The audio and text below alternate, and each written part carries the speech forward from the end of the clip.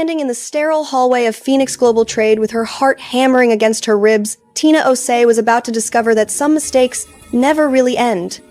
They just wait in the shadows, patient and relentless, until you're foolish enough to think you've escaped.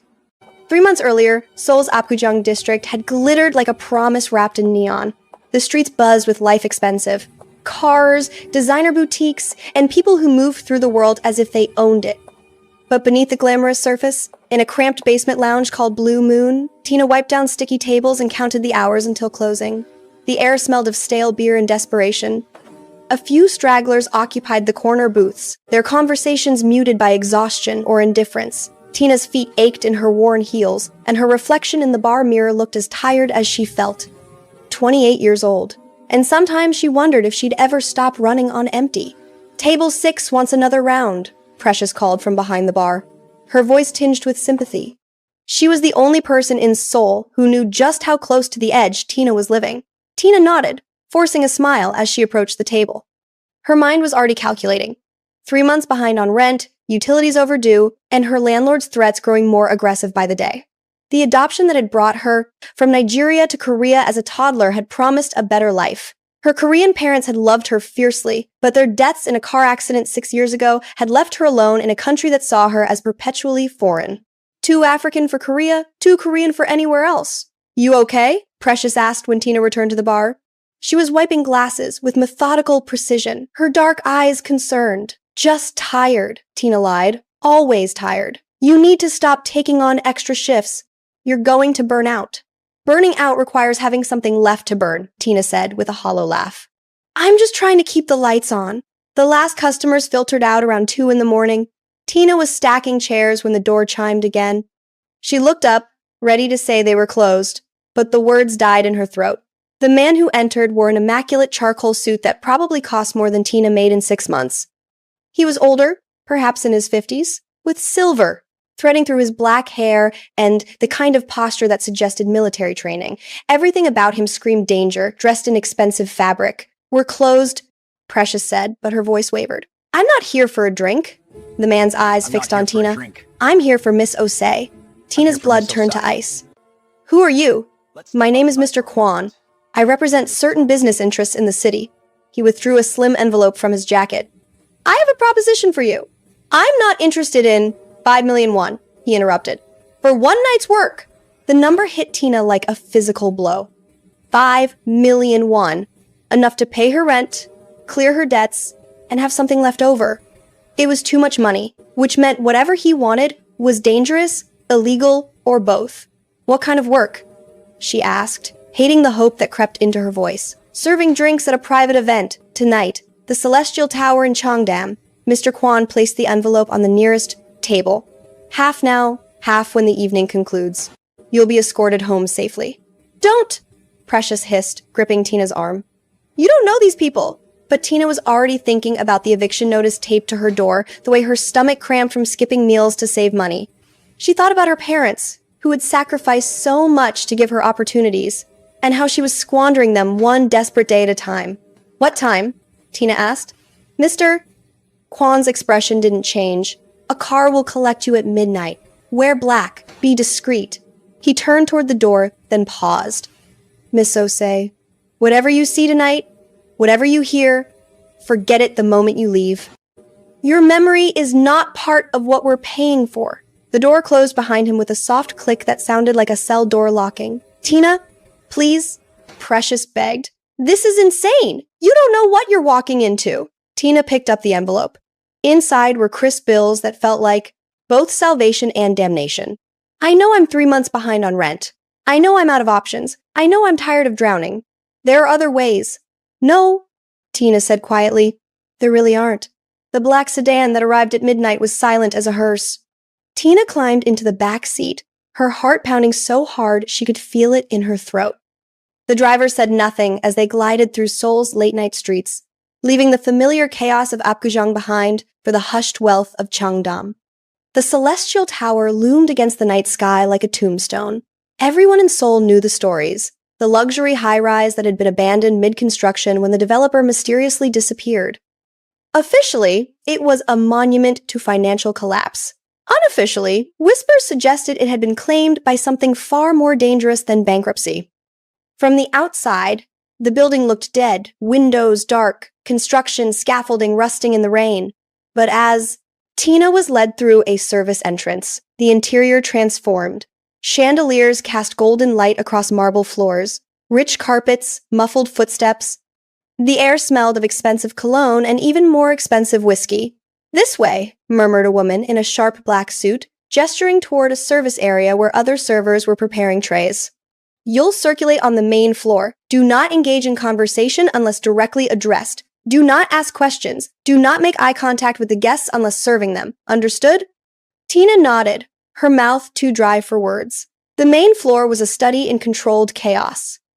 Perhaps 50 people filled the space, all men except for a handful of women who moved with the careful grace of those who understood the rules of survival. The conversations were hushed but intense, punctuated by occasional laughter that never quite reached anyone's eyes. Tina recognized the atmosphere from movies and news reports. This was power negotiating with itself, violence dressed in three-piece suits. She moved through the crowd with her tray, invisible and hyper-aware. Fragments of conversation reached her ears, mentions of shipments, territories, political connections.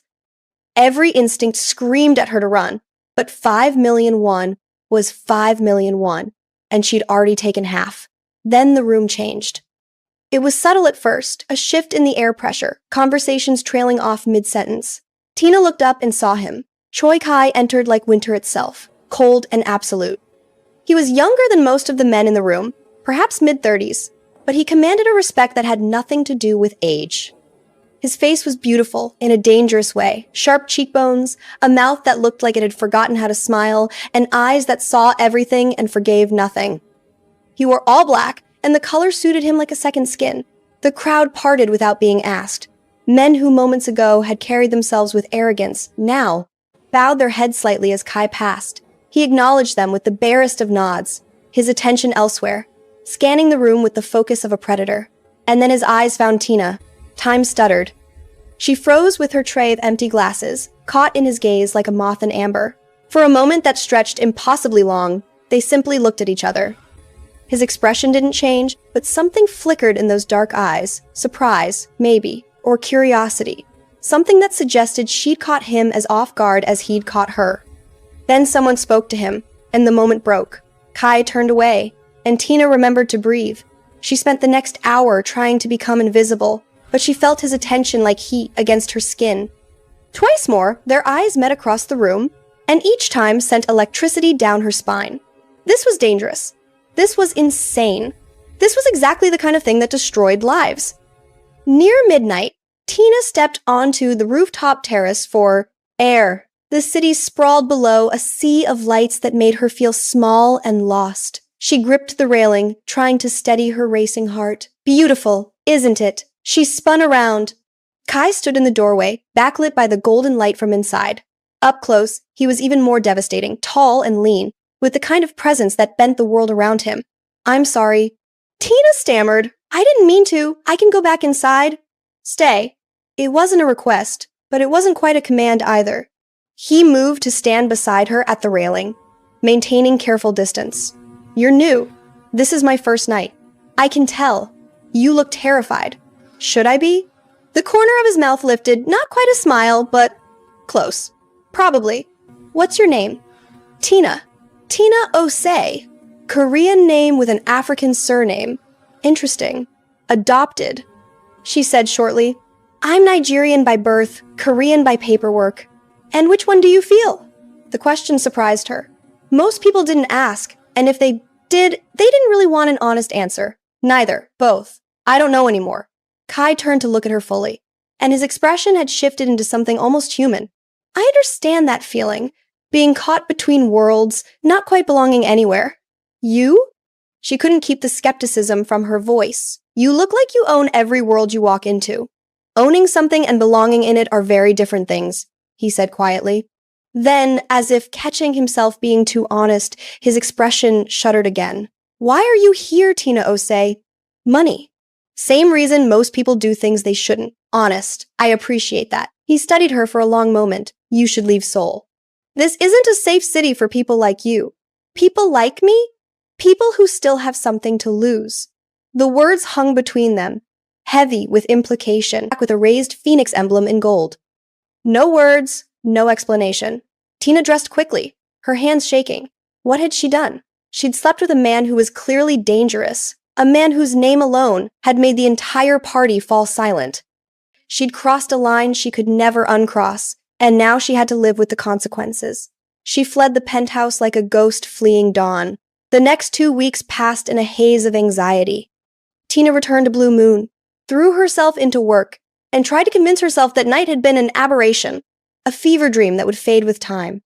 She paid her rent, cleared her debts, and tried not to think about dark eyes and the way her name had sounded in Kai's voice. Then Blue Moon burned. It happened on a Tuesday night, just after closing. Tina had left only minutes before, walking to the bus. Stopped when she heard the explosion. She turned to see flames erupting from the basement entrance, orange and furious against the night sky. Glass shattered, smoke billowed, and people screamed, "Precious."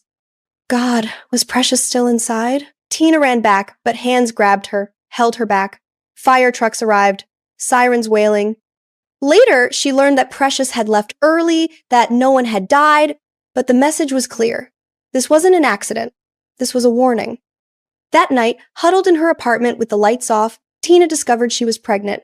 The test showed 2 pink lines, clear and damning. She took 3 more tests, each confirming what her body had already been trying to tell her. The nausea, the exhaustion, the way her breasts had been tender, all signs she'd been too stressed to notice. She was carrying Choi Kai's child, a man she'd spent one night with, a man who commanded criminals with a look, a man who'd given her money and disappeared like smoke. Tina's hands shook as she stared at the tests lined up on her bathroom counter. She had 3 choices: terminate the pregnancy, try to find Kai and tell him, or disappear. The first option made her heart clench with unexpected grief. The second was suicide. What would a man like that do with an inconvenient complication? The third was the only one that made sense. She called Precious first. "I need to leave Seoul tonight." "Tina, what's happening?" "I can't explain, but that night at the Celestial Tower, I think I'm in danger. Will you help me?" There was a long pause. Then, "Where will you go?" "Incheon. I have a distant cousin there. She'll take me in, at least for a while." "This is because of that man, isn't it? The one who hired you?" "Please, Precious, I just need to disappear." Another pause. "Okay, I'll help you pack."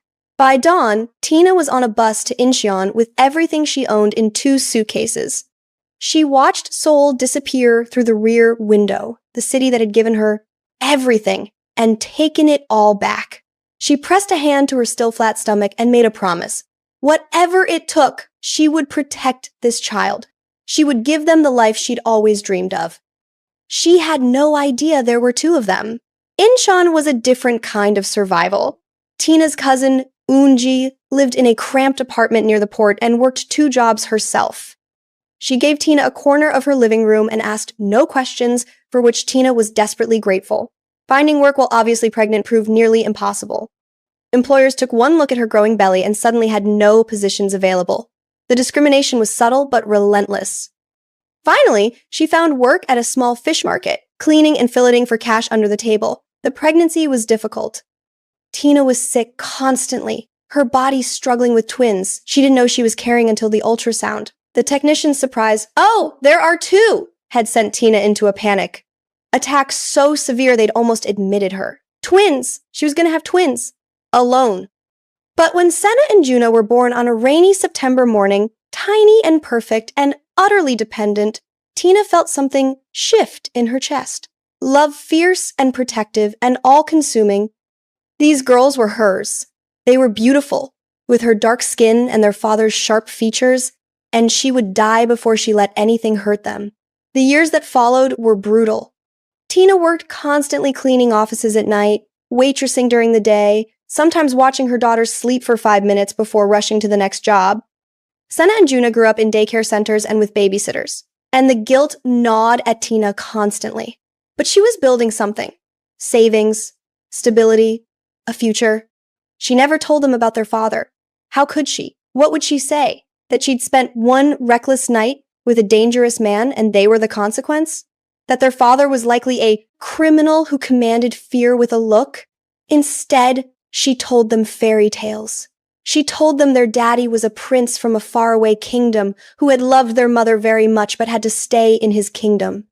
The girls accepted this with the easy faith of children, and Tina's heart broke a little more each time they asked when the prince was coming to visit.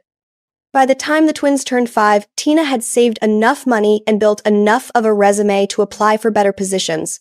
When the offer came from Phoenix Global Trade, a prestigious logistics company in Seoul with good pay and benefits, she cried in the bathroom of her tiny apartment. "We're moving back to Seoul," she told the girls that night. "Will we meet Daddy there?" Senna asked, her dark eyes wide with hope. "Maybe someday, baby," Tina lied, and hated herself for it.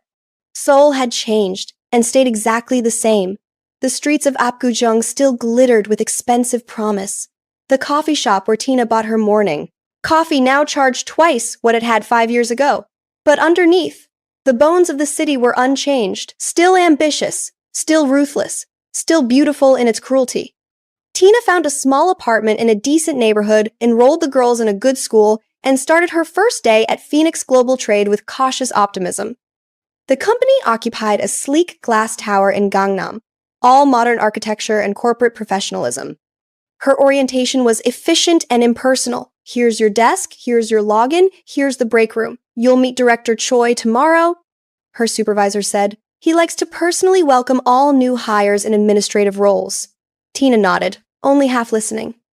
Director Choi was probably some middle-aged executive with a golf hobby and a loveless marriage. She had reports to file and spreadsheets to learn. The real work of surviving was just beginning. That night, putting the girls to bed, Tina felt something close to peace. They'd made it. Against all odds, they'd built a life. Maybe Seoul could be a fresh start, a place where the past stayed buried and the future held possibility. She should have known better. The next morning, Tina dressed carefully in her best professional outfit, a navy blazer and pencil skirt that she'd bought specifically for this job. She styled her hair, applied minimal makeup, and practiced her confident smile in the bathroom mirror. First impressions mattered, and she was determined to make a good one. "You look pretty, Mommy," Juna said, tugging on her skirt. "Thank you, baby." Tina kissed her forehead. "Be good for Auntie Min today, okay?" The elevator ride to the executive floor felt endless. Tina's palms were sweaty, her heart racing with nerves that were completely normal for meeting your boss for the first time. The hallway was hushed, carpeted in dove gray, with abstract art on the walls that probably cost more than her annual salary. The receptionist smiled. "Director Choi is ready for you. Go right in." Tina knocked once, then opened the door. The office was enormous windows overlooking the city, minimalist furniture, everything in shades of black and gray. And behind the massive desk, turning from where he'd been gazing out the window, was Choi Kai. Time stopped. The world tilted on its axis. Tina's carefully rehearsed greeting died in her throat as 5 years collapsed into nothing. He looked exactly the same sharp features, the same dark eyes, the same dangerous beauty that had undone her completely. His expression cycled through shock, recognition, and something unreadable before settling into careful neutrality. "Miss Osei, please, sit down." Tina's legs carried her to the chair on autopilot. Her mind was screaming. Phoenix Global Trade. Of course. The Phoenix on the black card, he'd left her. This wasn't a legitimate company, it was a front. Had to be. And she'd walked right back into his world. Her voice cracked. "I didn't know." Clearly, Kai sat behind his desk, his posture perfect, his expression unreadable. 5 years, Tina. You disappeared completely. No trace, no contact. I had my reasons. I'm sure you did. His eyes were cold now, evaluating. The question is whether those reasons still apply. Tina's hands clenched in her lap. "Mr. Choi, Kai. We're well past formalities, don't you think?" The intimacy in his voice sent shivers down her spine. "This is a mistake. I should resign. You just started." That would look suspicious. He leaned forward slightly. "Tell me, Tina, why did you really come back to Seoul? And don't tell me it was for this job. You're intelligent enough to have researched the company. You would have seen my name." "I didn't research that deeply," she admitted. "I needed the job, the salary, the benefits. I have." She stopped herself. "You have what?" "Responsibilities." Kai's eyes narrowed. "What kind of responsibilities?" This was it. The moment where she could come clean or dig herself deeper into lies. Tina thought of Senna and Juna, their bright smiles and innocent questions about their father.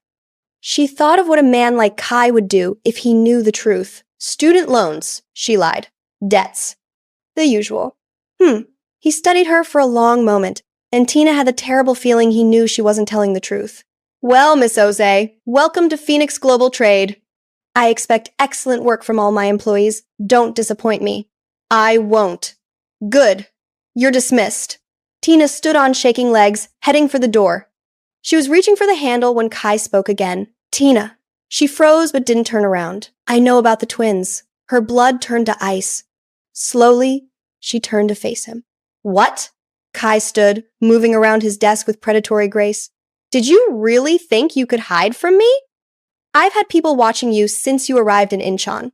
I know where you live. I know where your daughters go to school. I know they're 5 years old, born 9 months after our night together. Stay away from them, Tina whispered, fear making her voice shake. They're mine too, aren't they?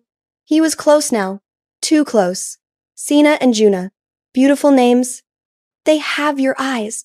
Kai, please, I'm not going to hurt them, Tina. I'm not a monster. His jaw tightened. But we need to talk about everything. Tomorrow night, 7 o'clock. I'll send a car to your apartment, and if I refuse, then I'll show up at your door and your daughters will meet their father for the first time in a much less controlled environment. Your choice. Tina felt tears prick her eyes. You're backing me into a corner. Yes, he said simply, because you left me no other option. You took my children and ran, Tina. Did you really think there wouldn't be consequences? I was protecting them. From what? From me? His voice rose slightly, the first crack in his controlled demeanor. I would never hurt them. I would never hurt you. But you didn't give me the chance to prove that, did you? You decided I was a monster and ran. You are a monster, Tina shot back. You run a criminal organization. You terrify people with a look. That night at the Celestial Tower, I saw what you are, Kai. And I wasn't going to let my children grow up in that world. Our children, he corrected coldly. And you're already back in that world, whether you want to admit it or not. You work for me now. You live in a city I have significant influence over. There is nowhere in Seoul you can go that I can't reach. The words hung between them, heavy and threatening. Tina felt her carefully constructed life crumbling around her. What do you want from me? The truth, Kai said. All of it. Tomorrow night. And after that, we figure out how to move forward. There is no moving forward. There's just survival. Then we'll survive together. Tina left his office on trembling legs, her mind racing. She had 24 hours to figure out what to do. 24 hours before the father of her children, a dangerous, powerful man she'd spent 5 years running from, demanded answers she wasn't sure she could give. That evening, watching Senna and Juna play with their dolls, Tina's phone buzzed. Unknown number. The message was simple. I'm not your enemy, Tina. But I will be in my daughters' lives. Accept that, or fight me. Either way, tomorrow, we talk. Tina looked at her girls, her beautiful, innocent girls who knew nothing of the world closing in around them. Senna looked up and smiled, holding up a drawing. Look, Mommy, I drew the prince from your phone. Tina's heart stopped. What? The man in the picture. From your phone. The one you look at sometimes when you think we're sleeping. With shaking hands, Tina took the drawing. In crayon and childish lines, but unmistakable, was Kai's face. She must have still had that photo, buried deep in her phone's memory, and Senna had found it somehow. Is that Daddy? Juna asked, crowding close. Tina opened her mouth to lie, to deflect, to protect them from the truth. But before she could speak, she looked out the window and saw it. A black car parked across the street. In the driver's seat, barely visible in the gathering dark, was a figure watching their apartment. Her phone buzzed again. Sleep well, Tina. Tomorrow, everything changes. As Tina pulled her daughters close, their small bodies warm and trusting against hers, she understood with terrible clarity that running was no longer an option. The past had caught up, the future was uncertain, and the man she'd spent one desperate night with 5 years ago was about to upend her entire world. Tomorrow, she would face him. Tomorrow, she would have to tell her daughters the truth. Tomorrow, everything would change. But tonight, for just a few more hours, she could hold them and pretend they were still safe. that the prince in their fairy tale was still an ocean away, and not parked outside their window, waiting with the patience of a man who'd learned that nothing worth having ever came easy. The city lights flickered on across Seoul, indifferent and beautiful, as Tina whispered prayers she wasn't sure anyone was listening to, and held her daughters like they might disappear if she let go. He knows about the twins. He knows where she lives. The only thing he doesn't know is what she's about to do next. If you're hooked already, then prove it. Smash. Like, subscribe, and turn on your notifications so the next episode finds you.